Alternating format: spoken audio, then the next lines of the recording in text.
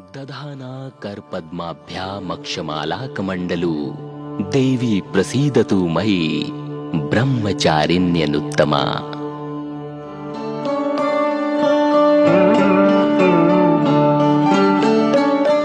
मां दुर्गा की नव शक्तियों का दूसरा स्वरूप ब्रह्मचारिणी का है। यहाँ ब्रह्म शब्द का अर्थ तपस्या है।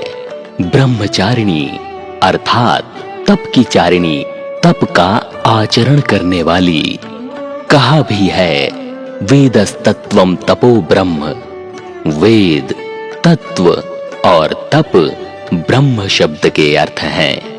ब्रह्मचारिणी देवी का स्वरूप पूर्ण ज्योतिर्मय एवं अत्यंत भव्य है।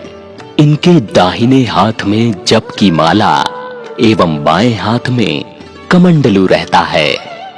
अपने पूर्व जन्म में जब ये हिमालय के घर पुत्री रूप में उत्पन्न हुई थीं, तब नारद के उपदेश से इन्होंने भगवान शंकर जी को पति रूप में प्राप्त करने के लिए अत्यंत कठिन तपस्या की थी। इसी दुष्कर तपस्या के कारण इन्हें तपश्चारिणी अर्थात ब्रह्मचारिणी नाम से अभिहित किया गया। 1000 वर्ष उन्होंने केवल फल मूल खाकर व्यतीत किए थे। 100 वर्षों तक केवल शाक पर निर्वाह किया था। कुछ दिनों तक कठिन उपवास रखते हुए खुले आकाश के नीचे वर्षा और धूप के भयानक कष्ट सहे।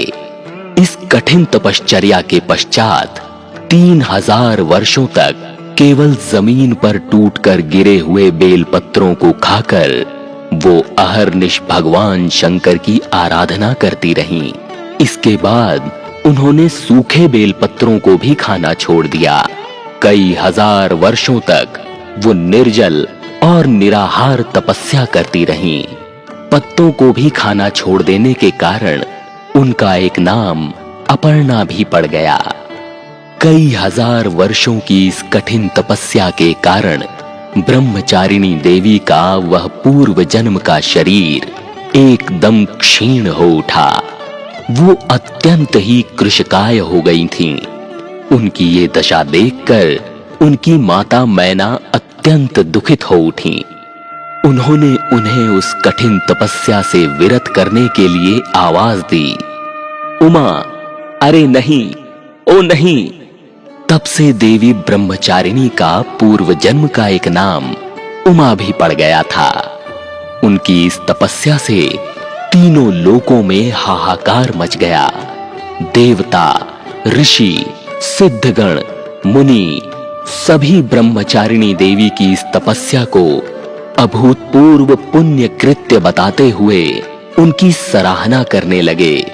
अंत में पितामह ब्रह्मा जी ने आकाशवाणी के द्वारा उन्हें संबोधित करते हुए प्रसन्न स्वरों में कहा, हे देवी, आज तक किसी ने ऐसी कठोर तपस्या नहीं की है।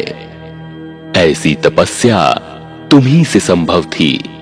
तुम्हारे इस अलौकिक कृत्य की चतुर्दिक सराहना हो रही है। तुम्हारी मनोकामना सर्वतोभावेन परिपूर्ण होगी। भगवान चंद्रमौली शिव जी तुम्हें पति रूप में प्राप्त होंगे। अब तुम तपस्या से विरत होकर घर लौट जाओ। शीघ्र ही तुम्हारे पिता तुम्हें बुलाने आ रहे हैं। मां दुर्गा जी का ये दूसरा स्वरूप भक्तों और सिद्धों को अनंत फल देने वाला है। इनकी उपासना से मनुष्य में तप, त्याग, वैराग्य, सदाचार, संयम की वृद्धि होती है। जीवन के कठिन संघर्षों में भी उसका मन कर्तव्य पथ से विचलित नहीं होता।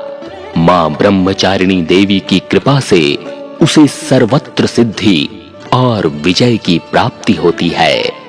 दुर्गा पूजा के दूसरे दिन इन्हीं के स्वरूप की उपासना की जाती है। इस दिन साधक का मन स्वाधिष्ठान चक्र में स्थित होता है।